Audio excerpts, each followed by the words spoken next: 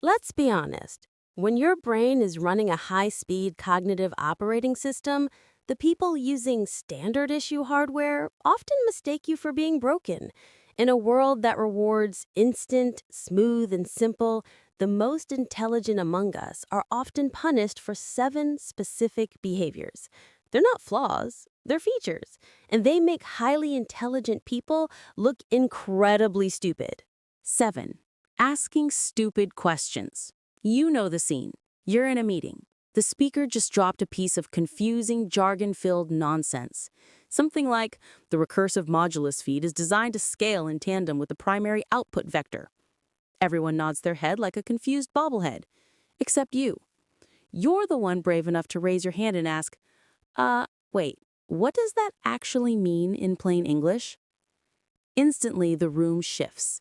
You feel the heat of 1,000 judgmental stares, like you just confessed you don't know how to breathe. But here's the sneaky truth. Asking that question is a sign of higher cognitive processing. Not understanding something isn't the flaw. Pretending you understand it is the flaw. You're the one cleaning your glasses. Everyone else is just squinting and hoping. Intelligent people prioritize actual understanding over maintaining a fragile, temporary reputation. You are debugging the entire conversation. You're tightening the loose screws, patching the plot holes, and preventing a group catastrophe built on false assumptions. Example.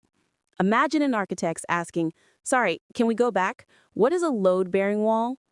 He looks clueless, but he just stopped a billion-dollar building from falling down because someone used jargon instead of common sense.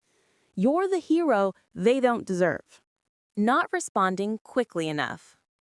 You know that moment. Someone asks you a simple question and your brain just buffers. A spinning wheel of doom pops up in your skull while your mouth waits for instructions.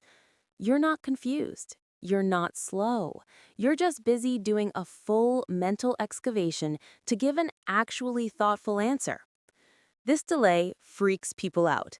They expect you to respond instantly, like you're a search bar with perfect Wi-Fi. But your brain is more like a high-end processor that refuses to give low-quality output. Instead of blurting out the first nonsense, you begin analyzing the question, the implications, the social context, the tone, the consequences, the potential misinterpretations, all before your mouth even gets the memo. Psychologists call this reflective thinking, and reflective thinkers consistently score higher on reasoning tasks because they don't rely on instinct alone. They use actual analysis. Meanwhile, rapid responders often just say things, whether they make sense or not. The loudest person isn't always the smartest. Sometimes they're just the fastest at being wrong. Example. When asked, "Do you like the new office layout?" a rapid responder says, "Yeah, it's great," while you take 7 seconds analyzing the flow, the light exposure, and the noise leakage before saying, "It optimizes collaboration, but I'm concerned about the noise disruption near the windows." You're not lagging, you're doing professional level editing. 5. Mispronouncing big words. Some people hear you butcher a word like epitome or segue and immediately assume you crawled out of a cave and learned English from a confused parrot. But mispronouncing complex words is actually a sign that you learned them through reading, not through conversation. And reading is what smart people do for fun, a dangerous habit, apparently. Your brain absorbs vocabulary like a hoarder collects rare art. You see words, you understand them, you store them, but pronouncing them? That's a different department, and it's often understaffed. So when you finally say a rare word out loud, it walks out of your mouth like a baby deer on ice, wobbly and embarrassing. But that stumble, it's evidence of intellectual curiosity. It means you encountered the word in text form, processed it, understood it, and filed it away. Example. You confidently use the word rhetoric in a presentation, but pronounce the initial R sound like a soft W. The slow person in the back chuckles. The irony is delicious because they probably learned the correct pronunciation from watching a guy mispronounce it on TikTok. If you recognize yourself in these points, you are not alone. And if you think you've seen the worst, wait until you hear the number one item on this list. But first, if you're enjoying this analysis, hit that subscribe button now. It's the highest IQ decision you'll make today. 4. Tripping over your own thoughts. You know those moments when your mouth is moving faster than your brain and the two collide like badly timed acrobats? You start a sentence confidently. So, the interesting thing about cognitive bias is, and suddenly your mind sprints into a different, more complex direction, while your tongue stays behind, confused, and abandoned.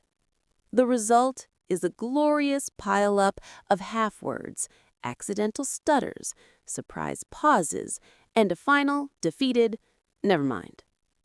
People love to interpret this as nervousness, awkwardness, or some kind of intellectual malfunction. But what's actually happening is that your brain is processing concepts at a higher speed than language can keep up with. It's like trying to stream a 4K movie on a dial-up connection. The hardware isn't bad. The content is just too advanced for the bandwidth. This is called verbal disfluency. When your mind is juggling multiple ideas, connections, predictions, and phrasing options all at once, it sometimes forgets to signal your mouth about which path to take. It's not a lack of intelligence. It's an excess of it. Example, you're explaining your business model, and you pause for 3 seconds mid-sentence, not because you forgot the word, but because you simultaneously calculated 3 different potential financial outcomes and realized the flaw in your original sentence.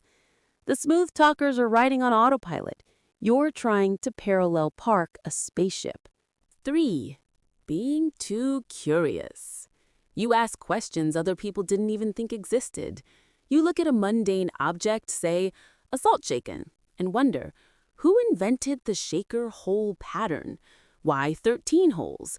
Is there an optimal hole to grain ratio for flow dynamics? You hear a random fact about octopuses and immediately disappear into a 6-hour research spiral that ends with you questioning consciousness itself. Most people call this behavior distracted or childlike, but really it's the most ancient mark of intelligence, insatiable curiosity. Curiosity is the engine that discovered fire, invented Wi-Fi, and figured out how to make cheese, which, if you think about it, is basically edible milk rot. But curiosity also makes you look stupid in everyday conversations. You ask why too often. You want details. You seek clarity. And people mistake that for not understanding the basics. Internally, your brain is gathering patterns, connecting dots, and looking for systems beneath the surface. You're not satisfied with the summary. You want the machinery, the wiring, the blueprint. You're the person who reads the manual twice. Example, your friend says, "I'm going to take the highway." You ask, why that specific one? Is it a capacity management decision, or did Google Maps prioritize the least number of traffic lights even with the longer distance? You look pedantic. You're actually thinking like an urban planner. Forgetting common names or facts? Oh, what's it called again? The thing. You know, the red bird. The one with the black face. On the bush. Cue the judgmental faces. People will assume your memory is fried or your brain is fundamentally broken. But this kind of forgetting, the temporary disappearance of trivial facts, is often a sign of high intelligence, not low. Here's why. Your brain prioritizes what's important. You're not losing knowledge. You're selectively ignoring it in favor of more complex connections. Your neural real estate is busy solving bigger problems, conceptual relationships, abstract reasoning, and long-term planning. When you can't recall the name of the common bird in your backyard, it's not negligence, it's efficiency. Your memory system is triaging what deserves instant access and what can wait until Google exists. Cognitive scientists call this retrieval-induced forgetting. By focusing on complex networks, your brain temporarily suppresses trivial information, which makes space for more sophisticated processing.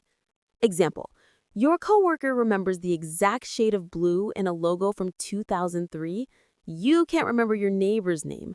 They look detail-oriented. You're out here contemplating existential probability. Forgetfulness in the trivial sense, that's a feature, a side effect of a high-performance brain that refuses to waste cycles on nonsense that can be Googled in zero point 0.5 seconds. Overthinking social cues. This one's the grand finale.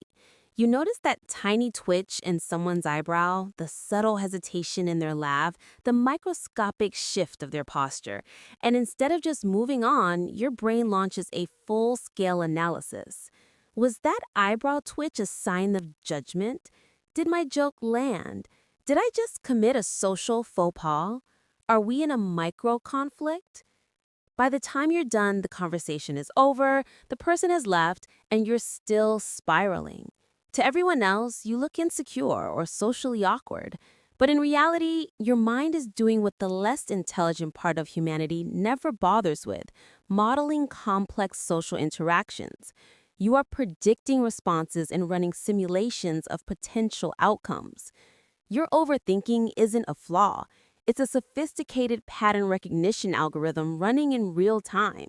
Evolutionarily, this would have been a huge advantage. Knowing who's trustworthy, who's lying, or who secretly hates pineapple on pizza could literally save your life. Modern society just mistakes it for stupidity because now, instead of escaping saber-toothed tigers, you're analyzing group texts. Example: when your boss gives you a compliment, you spend the next hour breaking down their tone of voice, their eye contact duration, and the precise syntax of the praise to determine if it was genuine or a precursor to a bad review. You look awkward, you're actually processing data like a human lie detector.